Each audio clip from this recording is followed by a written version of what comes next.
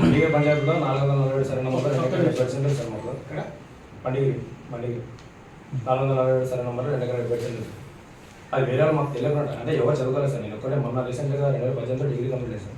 అప్పుడు కంప్లీట్ అయిన తర్వాత భూమి ఉంది కదా అనేసి వచ్చేసి కేరాపేట అడిగిన కోర్టులో కేసు ఎక్కువ అడిగంటేనే ఇక ఆల్రెడీ అమ్మేసుకున్నారు, ఇంకా 7 మిగిలి భూమి చూడు మీకు కావాలంటే చేస్తాను తీసుకోండి కావాలంటే.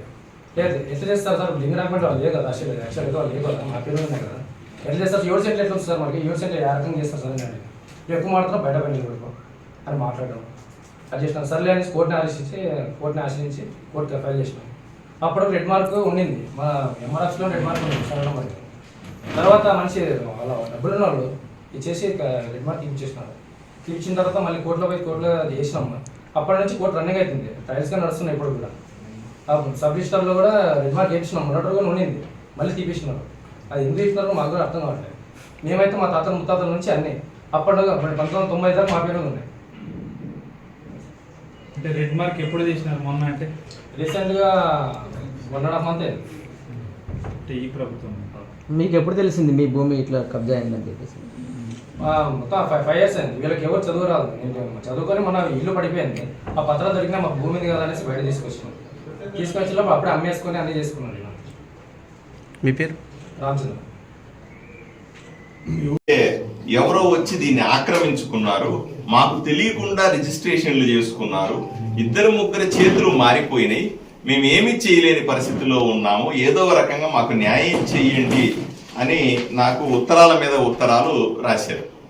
నేను ఒకరోజు చూశాను, 2 రోజులు చూశాను, వస్తామన్నారు పాపం వీళ్ళు బాధ చూసి. నేను సరే అందరినీ అడిగాను, పైన ఇన్ఫర్మేషన్ అంతా తీసుకున్న తర్వాత ఈరోజు నేను సబ్ రిజిస్టర్ ఆఫీస్కి ఉత్తరం రాస్తా ఉన్నా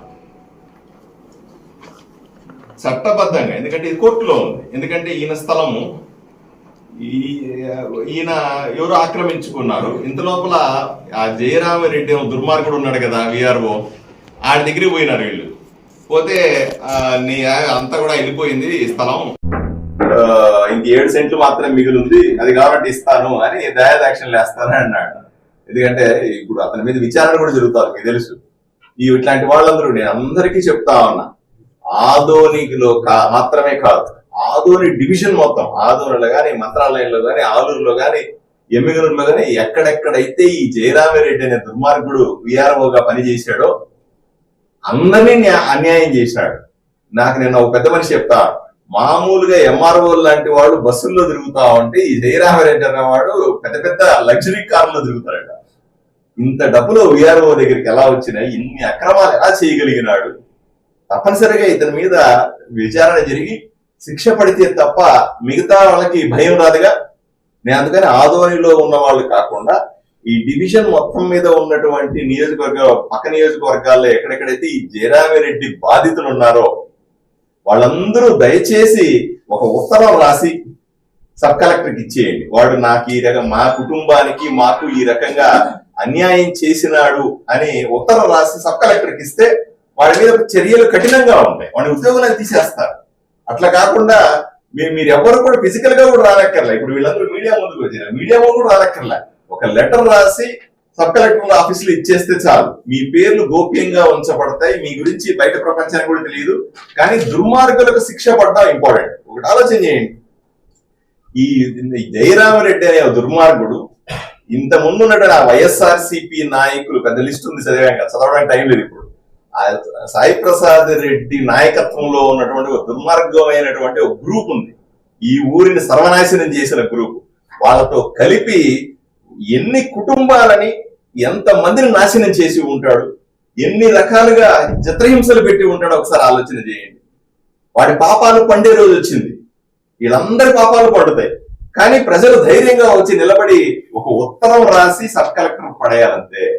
ఒక తెల్ల పేపర్ తీసుకోండి, బాధితులందరూ కూడా మీరెక్కడ కనిపించనక్కర్లా, మీరు కూడా రానక్కర్లా, ఎవరో ఒక దగ్గర ఉత్తరం పంపించండి, లేదా పోస్ట్ లో పంపించండి, లేదా వాట్సాప్ లో సబ్ కలెక్టర్ పంపించండి.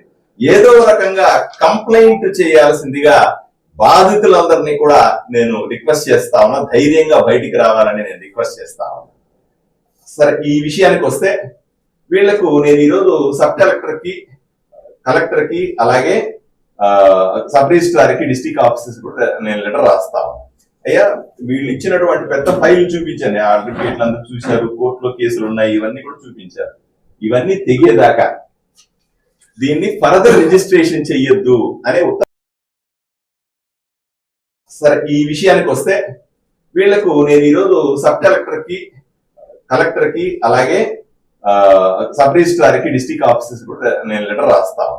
అయ్యా వీళ్ళు ఇచ్చినటువంటి పెద్ద ఫైల్ చూపించండి, ఆ అడ్వకేట్లు అందరూ చూశారు, కోర్టులో కేసులు ఉన్నాయి, ఇవన్నీ కూడా చూపించారు. ఇవన్నీ తెగేదాకా దీన్ని ఫర్దర్ రిజిస్ట్రేషన్ చెయ్యొద్దు అనే ఉత్తరం రాస్తాను. ఈ ఉత్తరాన్ని మీకు కూడా రిలీజ్ చేస్తాం మీడియాకి. ఎందుకు అంటే ఉదాహరణ ఈ కేసు ఇది ఎట్లా ఉంటదంటే, ఈ పెద్ద మనిషిది అనుకోండి, ఈయన స్థలం అనుకోండి. ఈ పెద్ద మనిషి స్థలాన్ని ఈ పెద్ద మనిషి స్థలం విలువ పెరిగింది కదా, ఎక్కడో మంచి స్థలం వచ్చింది, సెంటర్ లోకి వచ్చింది, ఏదో విధంగా రిజిస్ట్రేషన్ చేసుకున్నారు వైఎస్ఆర్సీపీ ప్రభుత్వంలో. చేసుకుని ఇతను గమగమ చేతులు మార్చుకుంటూ పోతాడు. పాప ఇతను పిక్కమొహం వేసుకొని చూస్తా ఉంటాడు. ఈయనేం పోట్లాడతాడు, కోర్టులో సుప్రీం కోర్టులో కొట్లాడతాడా, హైకోర్టులో పోట్లాడతాడా, పెద్ద పెద్ద లాయర్లు పెట్టుకుంటాడా, అమాయకంగా చూస్తా ఉంటాడు. వీడు ధనవంతుడు, బలం ఉన్నవాడు, 10 మందిని వేసుకుని మీదకి వస్తాడు. ఈ ముసలాయన ఎట్లా తట్టుకుంటాడు, ఈ పెద్ద ఎట్లా తట్టుకుంటది, వీళ్ళని ఎవరు రక్షిస్తారు? ఇట్లా వీళ్ళు ఆదోనిలో ఉన్నటువంటి విలువైన ఆస్తులన్నింటినీ కూడా బలహీనులు పాపం, ఏదో వీళ్ళు తాతల కాలం నుంచి ఎందుకు పొలం పెట్టుకుని ఉంటారు, దీని విలువ పెరిగితే మాతో పాటుగా మా బిడ్డలందరూ కూడా బాగుపడతారు, మా మనవాళ్ళందరికీ కూడా డబ్బులు విలువ వస్తుంది ఆ భూముల వల్ల. కానీ జరిగింది ఏమిటి, వీళ్ళ పొలం వీళ్ళదే, అన్ని పత్రాలు వీళ్ళ పేరు మీదే ఉన్నాయి. ఒక దుర్మార్గుడు మధ్యలో వచ్చేసి దాంట్లో డాక్యుమెంట్ రైటర్లని వాళ్ళని వీళ్ళని కలిపి ఒక పన్నాగం పన్ని ఒక తప్పుడు రిజిస్ట్రేషన్ చేసేస్తాడు. అక్కడి నుంచి అన్ని చేతులు మారిపోరు, రిజిస్ట్రేషన్ అవుతూ ఉంటాయి, పోతా ఉంటాయి, వేస్తుంటే పోతుంటాయి. చివరికి 2-3 రిజిస్ట్రేషన్ల తర్వాత కొన్నవాడికి కూడా తెలియదు దాంట్లో లిటిగేషన్ ఉందని కూడా తెలియదు. అట్లా అమాయకంగా ఇబ్బంది పడిన వాళ్ళు కూడా చాలా మంది ఉన్నారు. పాపం వీళ్ళు చూడండి, ఊహించండి, ఆదోనిలో మంచి సెంటర్ లో 2 ఎకరాల 77 సెంట్ల స్థలాన్ని ఉంటే ఎంత ధనవంతులు అయి ఉండాలా. వీళ్ళని చూడండి, ఎవరైనా సరే అట్లా అనిపిస్తుందా మీకు? సెంటర్ లో ఆదోనిలో 2 ఎకరాల 77 సెంట్లు ఉన్నటువంటి ఆసాములా కనపడతా ఉందా? వీళ్ళ దగ్గర డబ్బులు కొట్టేసిన వాళ్ళ దగ్గరికి వెళ్ళి చూడండి మీరు కావాలని.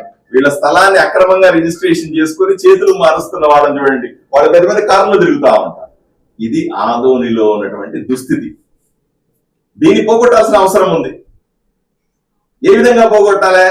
100కు 100% ఈ ల్యాండ్ ఇంక రిజిస్ట్రేషన్లు అవ్వదు. ఎవడైతే చేతులు మార్చుకుంటూ పోతా ఉన్నాడో వాడికి రిజిస్ట్రేషన్లు అవ్వవు.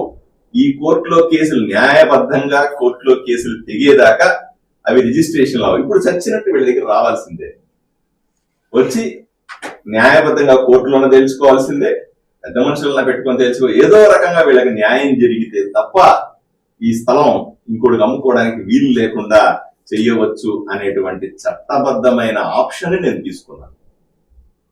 ఇది పత్రికాముఖంగా ఎందుకు చెప్తున్నాను అంటే, ఇటువంటి కేసులు ఆదోని నిండా ఉన్నాయి. ఆదోని నిండా ఇదే. ఎవరో విలువైన భూమి, బలం ఉంటది, రాజకీయ పలుకుబడి ఉంటది, 10 మందిని వేసుకొని తిరిగే శక్తి ఉంటది, వీడి చోటామోటా వైఎస్ఆర్సీపీ నాయకుల అండదండలు ఉంటాయి,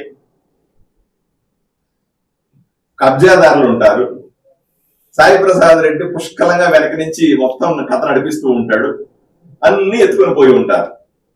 ఇలా ఊరంతా ఆక్రమించుకున్నాడు ఈ సాయి ప్రసాద్ రెడ్డి. తన అనుచరులేని ఇంతకుముందే 35 మందిని బయట పెట్టినారు, ఇంకొక 50-60 మందిని వాళ్ళ చరిత్ర తీసి ఒక్కొక్కరిని బయట పెడతాను. వీళ్ళందరూ చేసింది ఇదే. పాపం నిజమైన ఆస్తి పరులందరూ కూడా అమాయకంగా బిక్కచచ్చిపోయి పేదరికంలో మొగ్గుతా ఉంటే వీళ్ళ ఆస్తులన్నీ కూడా అమ్ముకొని, వీళ్ళ ఆస్తులన్నీ కూడా ఆక్రమించుకొని, వీళ్ళ ఆస్తులన్నీ రిజిస్ట్రేషన్లు చేసుకుంటా వాళ్ళు మాత్రం బ్రహ్మాండంగా అపరకోటీశ్వరులు అయినారు. దీన్ని ఆపాల ఆదోనిలో అనే ఉద్దేశంతో ఆదోని ప్రజలకందరికీ చెప్తాం, ఇటువంటి సమస్యలు ఎవరికి